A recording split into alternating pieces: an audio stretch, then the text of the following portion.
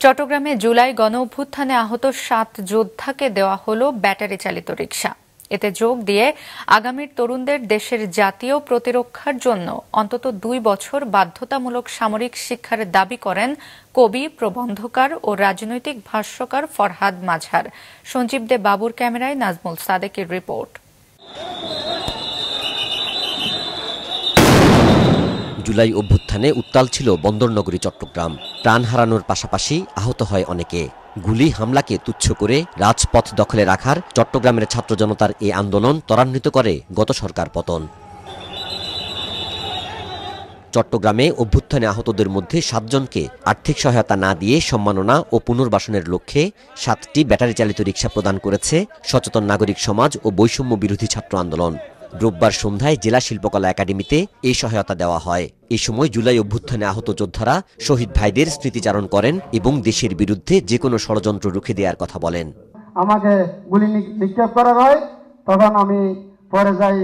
এরপরে ছাত্রলীগের বাহিনী হলে ফ্যাসিস্ট সরকারের লোকরা এসে আমাকে হস্যিক দিয়ে বাড়ি মারে, এখানে বিভিন্ন জায়গায় আঘাত করে।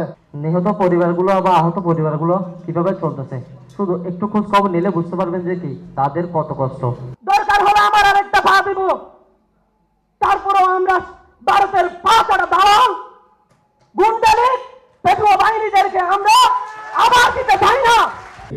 অনুষ্ঠানে জুলাই আন্দোলনে খুনিদের বিচার নিশ্চিত করতে এবং দেশের মাটিতে আওয়ামী লীগের পুনর্বাসন ঠেকাতে প্রয়োজনে আবার ঐক্যবদ্ধভাবে মাঠে নামার কথা বলেন কেন্দ্রীয় নেতারা।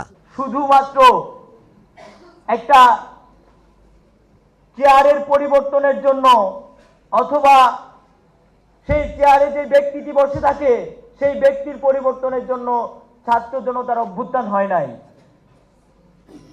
আমরা নতুন বাংলাদেশের স্বপ্ন নিয়ে যেন সেই বাংলাদেশে আর নতুন করে কোন রকম ফ্যাসিজম প্র্যাকটিসের কেউ সুযোগ না পায়, সেই জন্য আমরা যুদ্ধ করেছি, সেই জন্য আমরা আন্দোলন করেছি, রক্ত দিয়েছি। আমরা এই ভাইদের রক্তের বদলা নেব ইনশাআল্লাহ। আমরা কোন খুনিকে এই বাংলার মাটিতে পুনর্বাসন করার যদি কেউ চেষ্টা করে তাদের সেই অপচেষ্টাকে আমরা রুখে দেব ইনশাআল্লাহ।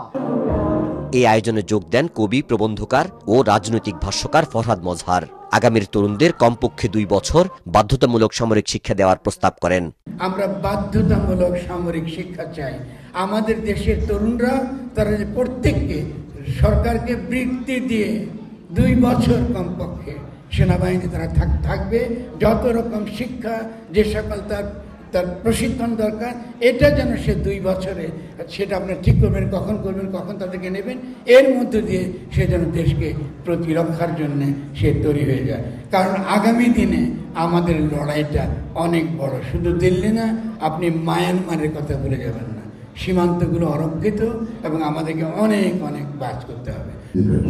সচেতন নাগরিক সমাজের পক্ষে অবসরপ্রাপ্ত মেজর আহমেদ ফেরদৌসের সঞ্চালনায় বিজিবি চট্টগ্রাম এরিয়া কমান্ডার সহ সরকারি ঊর্ধ্বতন কর্মকর্তা ও বৈষম্য বিরোধী আন্দোলনের ছাত্র প্রতিনিধিরা উপস্থিত ছিলেন। নাজমুল সাদিকি, মাছরাঙ্গা সংবাদ, চট্টগ্রাম।